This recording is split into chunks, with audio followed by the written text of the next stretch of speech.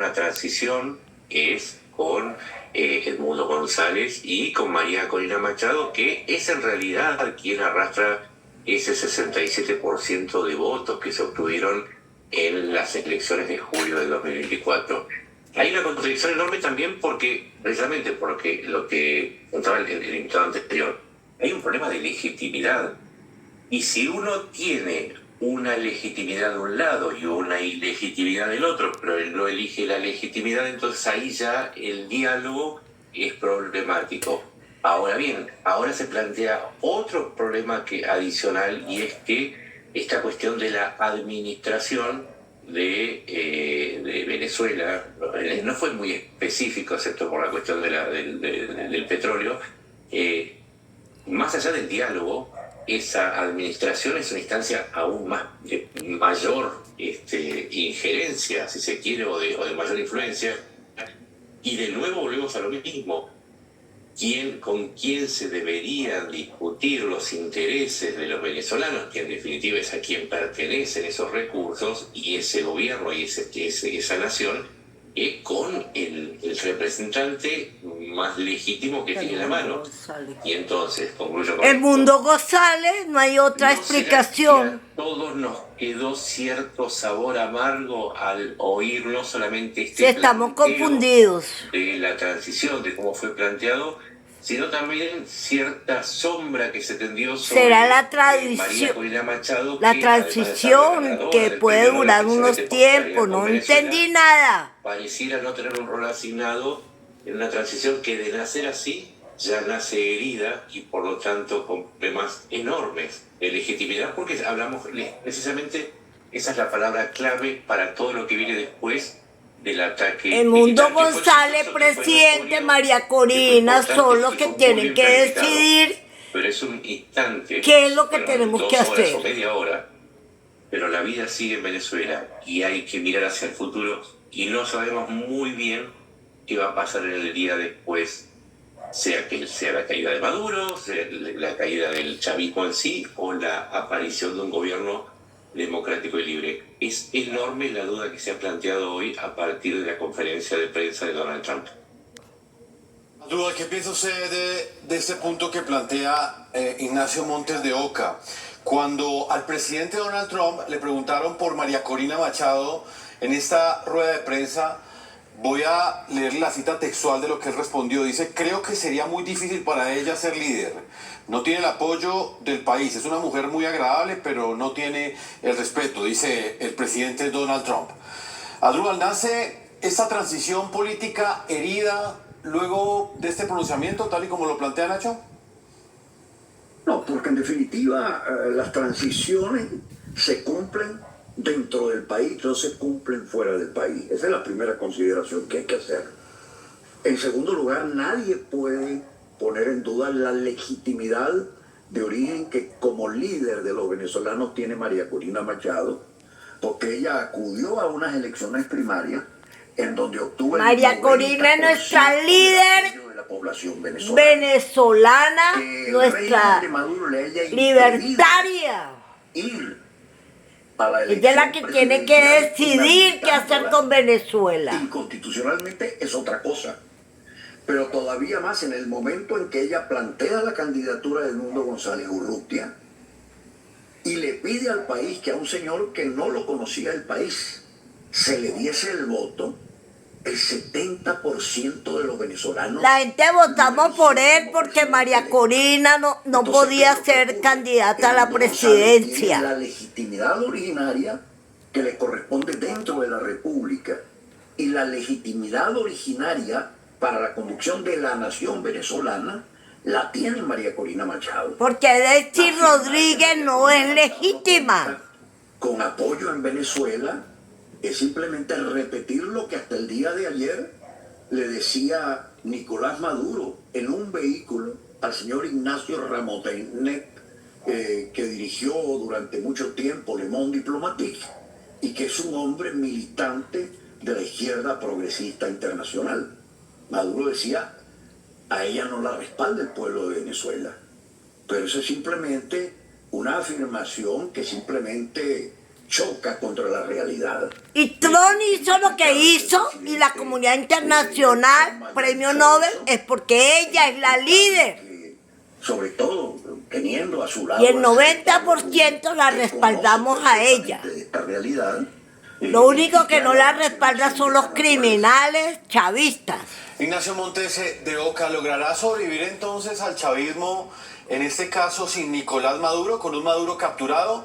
El chavismo sobrevivió luego de la muerte de Hugo Chávez y reencarnó en una forma más letal y agresiva en Nicolás Maduro, que luego de 12 años y 8 meses hoy deja el poder porque ha sido capturado, o algunos dicen que entregado en Venezuela a las autoridades estadounidenses. Después de eso, ¿podrá sobrevivir el chavismo según lo que escuchamos con Donald Trump?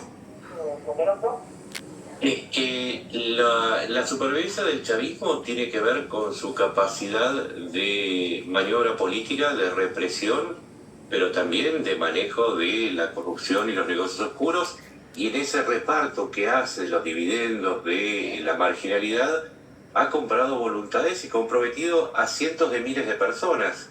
Esas personas hoy, aunque saben que están usurpando un gobierno, aunque saben que no tienen ningún tipo de legitimidad, insisto que es la palabra clave, tienen motivos para quedarse. Hay que entender que la dictadura chavista es una organización horizontal, no es una organización vertical, por eso cuando se muere Chávez, el chavismo no muere.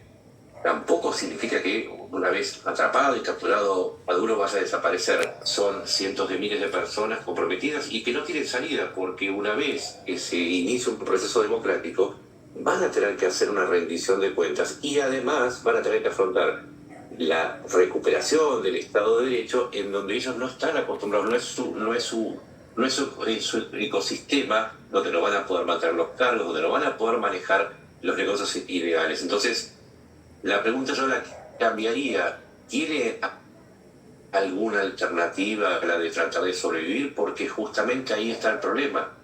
Si nos quedamos mirando fascinados la captura de Maduro, pero no entendemos el nivel de complejidad que implica resolver el problema del chavismo, entonces estamos perdiendo mucho tiempo, porque hoy se capturó a Maduro, pero en el día después hay un enorme trabajo de desmantelamiento de la dictadura, de sus leyes, de sus complicidades, de sus circuitos económicos, que no solamente son los del Cartel del Sol, también implican lavado, implican, como decía, la corrupción, etc. Es mucha la tarea que hay que hacer. Yo creo que es fascinante cómo capturaron a Maduro. Es mucho más aburrido pensar en la recuperación de la institucionalidad, pero no nos queda otra, porque en algún momento va a haber que empezar a liberar a Venezuela también de la tumoración que implica el chavismo. Todos los cargos en contra de Nicolás Maduro, de su esposa Cilia Flores y de su hijo, el llamado Nicolásito, Nicolás Maduro Guerra, serán públicos, porque así ya lo ha determinado la justicia de los Estados Unidos. La Fiscalía solicitó al juez y obtuvo la desclasificación de la causa abierta contra Nicolás Maduro, cuenta David Alandete, el corresponsal en Washington del diario ABC de España. Así que esto va a permitir que se conozcan de manera total los cargos en contra de toda la familia, de Nicolás Maduro, de Cilia Flores y de su hijo, de Nicolásito. Y ustedes ven en pantalla la acusación que es muy revelador, ese documento en donde está imputada toda la familia, incluido el hijo Nicolásito Maduro, integrando organizaciones narcotraficantes. Ahí está Nicolás Maduro, Cilia Flores y Nicolás Maduro Guerra como integrantes activos de conspiración en diferentes crímenes, conspiración criminal en general. Toda esta acusación dice que ellos son una estructura que se ha dedicado durante años al envío de grandes cantidades de cocaína a Estados Unidos, que han usado los recursos del Estado venezolano, las rutas, la logística oficial.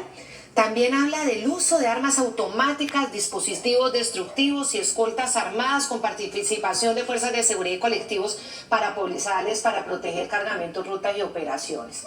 También todo esto tiene que ver con que la Fiscalía vincula la trama con todos esos grupos armados de Colombia, como las FARC, designados como terroristas.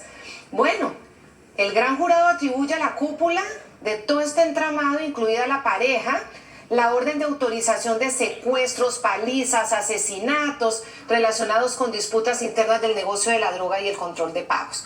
Taya Landete lo ha publicado el resumen muy interesante sobre los cargos que tendrán que enfrentar en los Estados Unidos.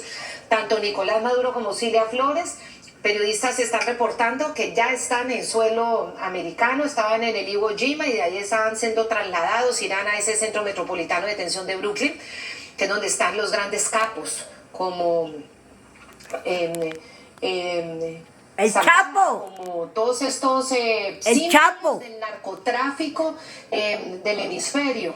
Ahí estará por lo menos Nicolás Maduro. Frente a este futuro también hay que tener en cuenta que el Pollo Carvajal será también un testigo en contra de Nicolás Maduro.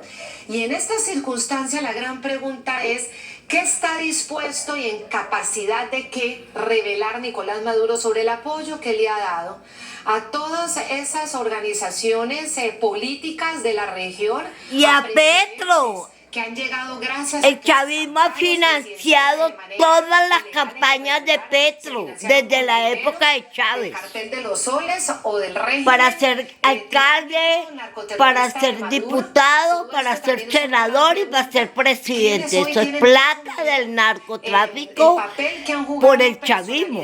Como el expresidente del gobierno español, José Luis Rodríguez Zapatero, por ejemplo, y los socios de gobierno de Pedro Sánchez, como es Podemos, con muchas investigaciones como la de Neurona, que han comprobado ingresos de los dineros de Maduro en sus filas políticas. Es decir, todo lo que de aquí en adelante se puede llegar a conocer. Asdrúbal, sobre ese tema concreto, ¿cuáles son las expectativas de velar por parte de Maduro?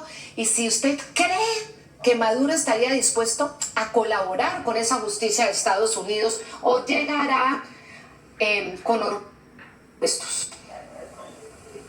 Mira, lo primero que debo decir, y con esto anudo incluso con el comentario que hizo mi contertulio hace unos momentos, cuando se hablaba sobre la posible sobrevivencia del chavismo una vez que Maduro está siendo sometido ante la justicia norteamericana. Yo lo que diría es lo siguiente: el chavismo como expresión política no existe materialmente en Venezuela desde el punto de vista de la votación popular. Y eso lo confirmaron las elecciones del 23 y el 24, al punto tal de que se pudieron recopilar todas las actas por la desobediencia lineal de toda la estructura militar subalterna y la tropa profesional y alistada venezolana. Ahora, ¿qué le queda al chavismo? Efectivamente, la estructura de complicidades que en el plano internacional quedaría en evidencia una vez que se conozcan todos los elementos que están comprometidos en el respectivo expediente.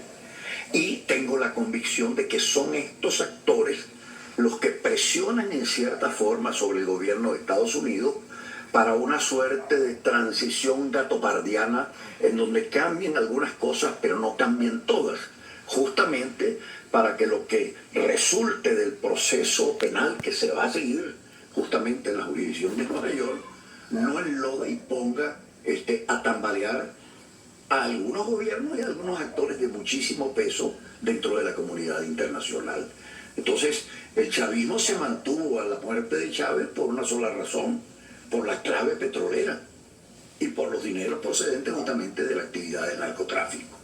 Hoy en día, eso no bastó para poder sostener el apoyo popular, pero eso sí basta para sostener la complicidad de los actores internacionales. Tú has mencionado a uno, José Luis Rodríguez Zapatero. La ONU, la OEA son cómplices los países que les pagaba a Chávez para que no votaran en la ONU, ni en la OEA, ni en los derechos humanos, de la humanidad. Frente a lo que se avecina para muchos líderes, presidentes, líderes políticos, activistas de financiación y apoyo